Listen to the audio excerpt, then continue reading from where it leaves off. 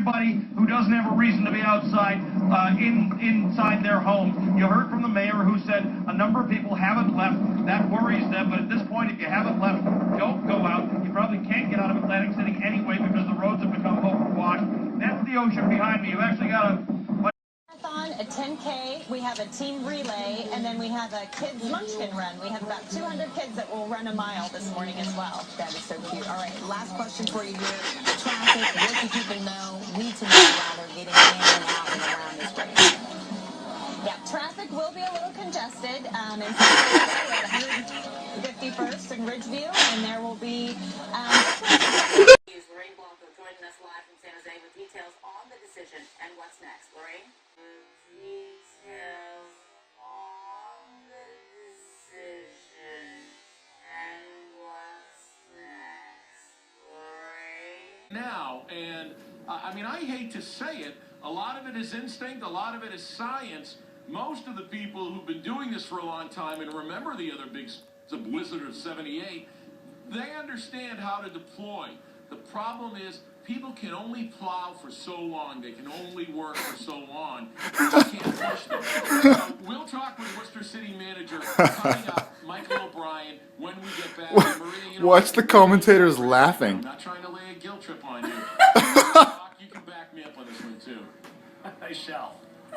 I'm sorry, Jim. There you go. There it is. That was the biggest live drug deal. I accept your apology.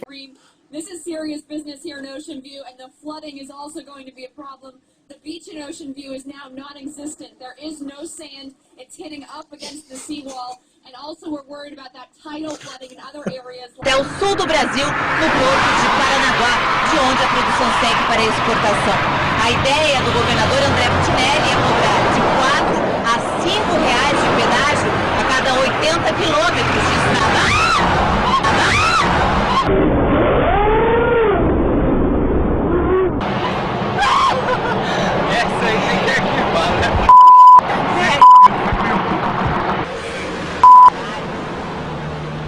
Před stadionem pražské Slavie je stále náš reportér Luboš Rosí.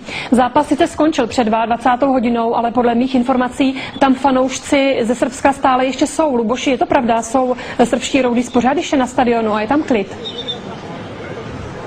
Hezký večer, tak ostatně na tu otázku si můžete odpovědět sami pohledem naší kamery. Právě za náma i teď v téhleté chvíli stojí srbští fanoušci, ale zároveň tady také stojí velké množství policistů. Ostatně to, co teď můžete vidět, tak to je trošičku jiná tvář srbských fanoušků, protože na rozdíl od toho, co se dělo v pražských ulicích kolem zmiňované 18. hodiny, tak od začátku fotbalového zápasu od té 20. hodiny byl, řekněme, na stadionu klid. Jeden z fanoušků se teď podíval také do vysílání České televize. Abych dokončil tu myšlenku, byl na stadionu klid. V téhleté chvíli je všechno připraveno k tomu, aby fanoušci opustili nejenom přímý přenos České televize, ale aby opustili také Prahu. Policie má samozřejmě přijatá opatření, která by měla zamezit jakýmkoliv dalším incidentům, ať už tady v prostoru stadionu, ať už v Praze, anebo při té cestě na hranice. O těch ještě předpokládám budeme hovořit. No, Luboši, máš tam veselo, zkusíme ještě jednu otázku. Kdy odjedou fanoušci ze země a jak je zajištěna bezpečnost při jejich přesunu na hranice? Včera rabovali při cestě sem benzinové pumpy na jihu Moravy. Tak já se přiznám, že v té atmosféře, která tady vznikla během našeho živého vstupu, jsem tu otázku přesně neslyšel, ale předpokládám, že bude diváky České televize zajímat především cesta srbských fanoušků domů. Takže pojďme se blíže seznámit s informacemi od policie.